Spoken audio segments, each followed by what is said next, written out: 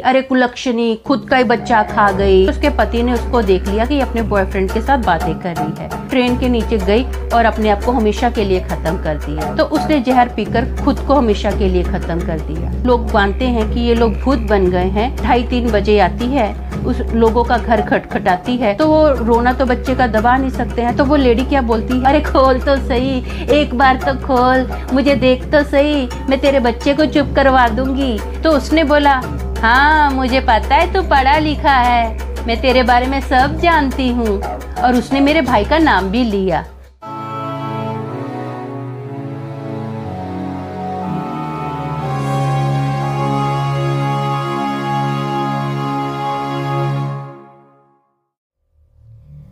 आज मैं आपको भूत का बहुत ही मशहूर किस्सा सुनाती हूँ जो दूसरों के बच्चों को तंग करती थी। हेलो दोस्तों, मेरा नाम अमन है। मैं आप सभी का मेरे YouTube चैनल 50-50 ब्लॉग्स में स्वागत करती हूँ। उम्मीद करती हूँ कि आप सभी अच्छे और स्वस्थ होंगे। आप मेरे चैनल को सब्सक्राइब कीजिए, लाइक कीजिए, शेयर कीजिए और हाँ, कमेंट भी जरूर कीजिए। बेल आइकन को दबाना मत भूलना ताकि आपको मेरे आने वाले वीडियो के नोटिफिकेशंस मिलते रहें। दोस्तों, मैंने आपको एक वीडियो में बताया था कि मैं जहाँ पंजाब में रहती थी, जिस एरिया में मैं रहती थी, वो एरिया बहुत हॉरर माना जाता था। उसमें अलग अलग तरह के भूत थे। तो आज का जो मैं आपको किस्सा सुनाने वाली हूँ वो किस्सा है खेतों को तबाह करने वाला भूत, जो कि बच्चों को भी तंग करता था। दोस्तों, ये किस्सा मुझे मेरे दादाजी ने बताया था और मेरे दादाजी को ये किस्सा बहुत टाइम पहले मैंने बताया था ना। बंटवारे के बाद मेरे दादाजी पंजाब में आ गए थे, भारत देश में आ गए थे। तो जब मेरे दादाजी भारत देश में आए थे तो पंजाब में जहाँ पर वो स्टे करते थे, जिस शहर में, तो वहाँ पर खेतों को तबाह करने वाला भूत एक दिन मेरे दादाजी ने अपनी आंखों से देखा। तो मेरे दादाजी ने किसी से उसके बारे में बात की। तो उस बंदे ने मेरे दादाजी को इन लोगों की हिस्ट्री सुनाई। उस खेत में 2 भूत थे, एक आदमी का और एक औरत का। वो लोग क्या करते थे, पूरे खेत में रात को भागते थे। जैसे भागते थे पूरी फसलें तबाह हो जाती थी, लेकिन सुबह वैसे की वैसी ही फसलें रहती थी। तो मेरे दादाजी ने इस बारे में जब सामने वाले बंदे से बात की तो उसने उन दोनों की स्टोरी बताई, उन दोनों भूतों की स्टोरी मेरे दादाजी को बताई। उस बंदे ने बताया कि ये जो भूत है, इन लोगों के बारे में ऐसा माना जाता है कि ये दोनों लड़का लड़की आपस में बहुत प्यार करते थे। अभी क्या हुआ, लड़की जो थी थोड़ी अमीर फैमिली की थी और लड़का बहुत ही ज़्यादा गरीब फैमिली का था। तो पिता को ये रिश्ता मंजूर नहीं था। तो पिता ने इस रिश्ते के लिए साफ मना कर दिया और लड़की की अच्छे घर शादी तय कर दी। लड़का लड़की ने बहुत समझाने की कोशिश की, लेकिन क्या होता है आपको पता है कि पैसा ही हावी होता है। तो लड़का क्या था, बेचारे गरीब लड़के की लव स्टोरी वहीं पर दफनाई गई और लड़की की शादी दूसरी जगह तय कर दी गई थी।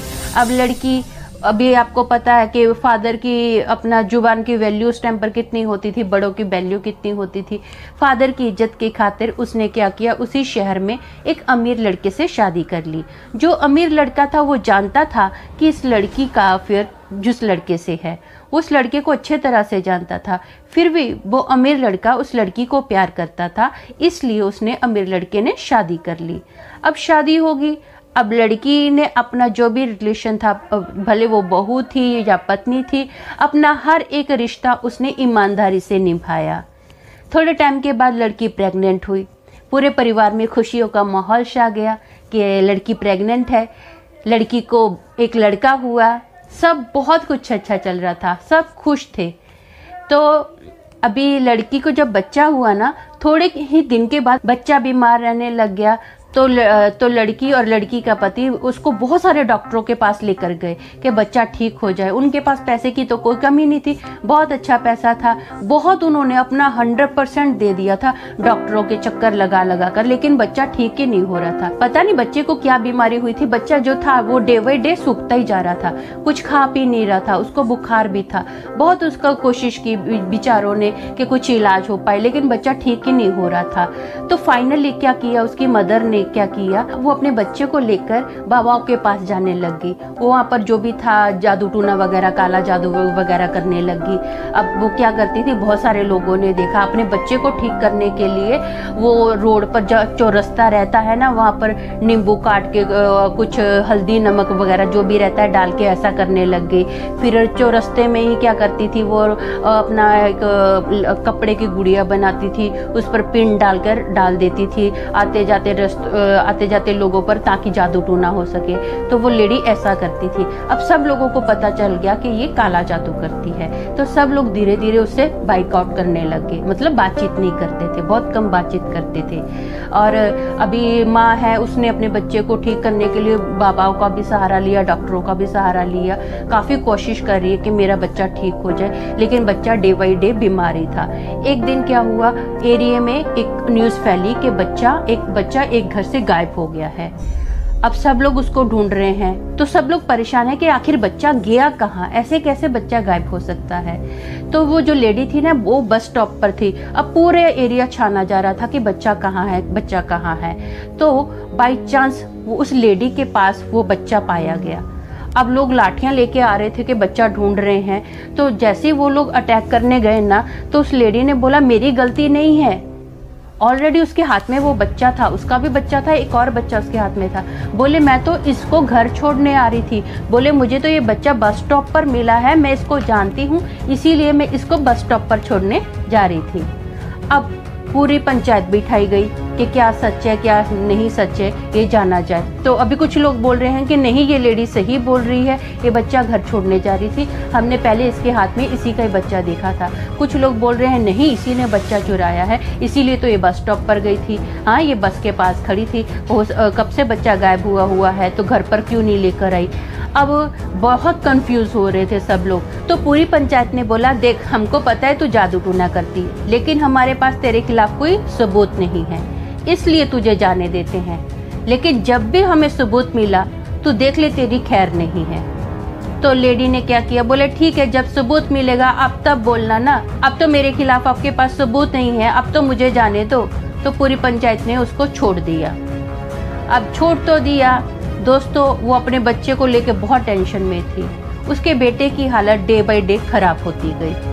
फाइनली जैसे ही वो बच्चा 1.25 महीने का हुआ, उसी दिन उस बच्चे की मौत हो गई। बेचारी माँ पूरे गम में डूब गई।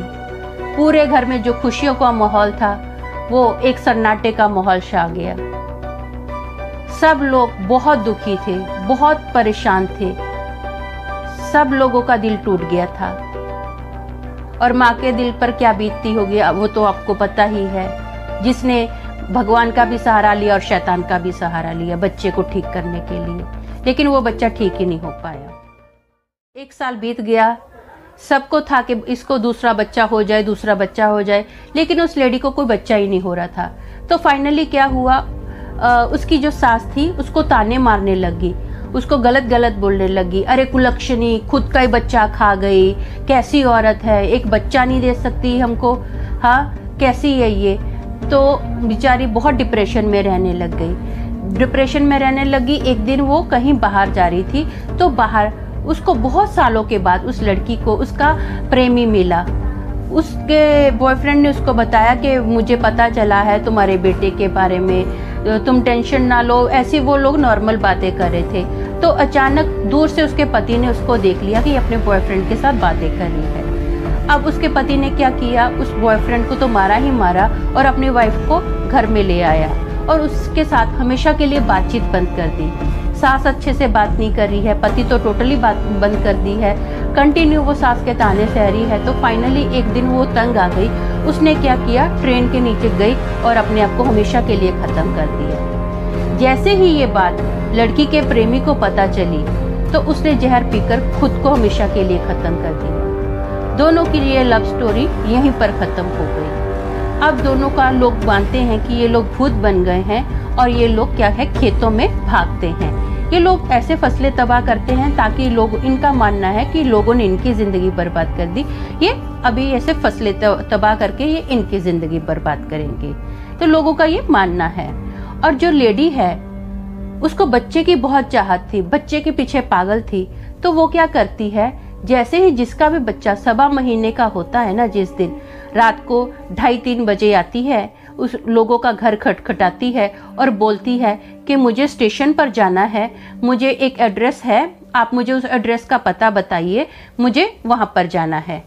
तो सामने वाला जब कुछ बोलता नहीं है, लेकिन बच्चा जो होता है ना, जैसे 1.25 महीने का हुआ रात के 2:30-3 बजे, तो वो बच्चा जिस घर में होता है वो जोर जोर से रोने लग जाता है। अचानक ही जोर जोर से, बहुत जोर से रोता है वो बच्चा, चीखता है, मतलब कि अब माँ बाप बच्चे का कितना रोना दबा सकते हैं, तो वो रोना तो बच्चे का दबा नहीं सकते हैं। तो वो लेडी क्या बोलती है, अरे बच्चा मुझे दे दो, मुझे बहुत अच्छे से आता है बच्चों को कैसे चुप करवाना है, मैं चुप करवा दूंगी, आप दरवाज़ा तो खोलो एक बार, मुझे बताओ, मुझे स्टेशन पर जाना है। तो कोई घर से ही बोलेगा ना कि यहाँ से ऐसा करो, तुम सीधा जाओ, आगे लेफ्ट लो, बोलेगी नहीं नहीं नहीं मुझे समझ में नहीं आया है, तुम दरवाज़ा खोलो। तो फिर सामने वाला बोलता है, रात को तुमको कौन से स्टेशन पर जाना है, हाँ कौन सी यहाँ पर ट्रेन आती है, चुपचाप सीधा निकल जाओ जहाँ से। तो भी वो लेडी जोर जोर से हंसती है, अरे खोल तो सही, एक बार तो खोल, मुझे देख तो सही, मैं तेरे बच्चे को चुप करवा दूंगी, मुझे आता है अच्छे से चुप करवाना, तू देख तो सही, मुझे बच्चा तो दे, एक बार देख कैसे चुप हो जाएगा मेरी गोद में। तो बोले, मेरे दादा ने बोला कि फिर लोग क्या करते हैं, तो बोले कि हम कोई दरवाज़ा नहीं खोलता है, तो ऐसा हम क्या है, जो भी है भगवान का नाम लेना स्टार्ट कर देता है। ऐसे वो लेडी क्या है, हंस हंस कर जोर जोर से हंसती है और फिर बाद में वहाँ से चली जाती है। ये मेरे दादा ने मुझे जब स्टोरी सुनाई तो मैंने दादा को पूछा कि दादा आप क्या बोलते हो। दादा बोले, हाँ बात तो सही है। बोले अब आज भी आजू बाजू बहुत सारे लोगों के घरों में ऐसा होता है कि जैसे बच्चा 1.25 महीने का होता है ना, जिस दिन 1.25 महीने का हुआ उस दिन भी आज भी लोग अपने दरवाज़ा घर का नहीं खोलते हैं, क्योंकि सबको पता होता है कि एक लंबे से बालों वाली सफ़ेद कपड़ा पहनकर औरत आती है और घर का दरवाज़ा खटखटाएगी, बोलेगी मुझे बच्चा दे दो, मुझे बच्चा दे दो, मैं बच्चे को चुप करवाऊंगी, मुझे एड्रेस बताओ। बोले आज भी ऐसा चलता है, सबको पता है कि दरवाज़ा नहीं खोलना है, तो लोग दरवाज़ा नहीं खोलते हैं। अब कुछ ही सालों की मैं आपको बात बताती हूँ। मेरे कज़न ब्रदर है, उसकी एक बेटी थी। जैसे उसकी बेटी 1.25 महीने की हुई तो मैंने अभी बताया है, हमारे जो बड़े लोग थे, बुजुर्ग लोग थे, हम सभी को उन्होंने ये किस्से सुनाए हुए हैं, तो हम सभी को अलर्ट किया हुआ है। तो उसकी जब बेटी 1.25 महीने की हुई तो 2:30 बजे उसकी बेटी बहुत ज़ोर ज़ोर से रोने लग गई। तो ज़ोर ज़ोर से बेटी रो रही है तो बहुत चुप करवा रहे हैं, बेटी को पेट दर्द की दवाई दे रहे हैं, बुखार चेक कर रहे हैं, कहीं कान में दर्द तो नहीं हो रहा, तो उनको समझ में ही नहीं आया। तो फिर से मेरे भाई के घर का दरवाज़ा नॉक हुआ और एक लेडी बोल रही है, मुझे स्टेशन जाना है, प्लीज़ मुझे स्टेशन का पता बता दो। तो मेरे भाई को स्टिक हुआ, हाँ दादा ने मेरे को ये बात बताई थी, अच्छा इसीलिए मेरी बेटी रो रही है। तो मेरे भाई ने दरवाज़ा नहीं खोला। तो मेरे भाई ने ये बात अपनी वाइफ को भी बताई हुई थी, मतलब मेरी भाभी को ये बात पता थी। मेरी भाभी डर गई, तो मेरे भाई ने इशारा किया, ऐसा इशारा किया, तू चुप रहना, मैं हैंडल करता हूँ, मतलब इसका मतलब ये था।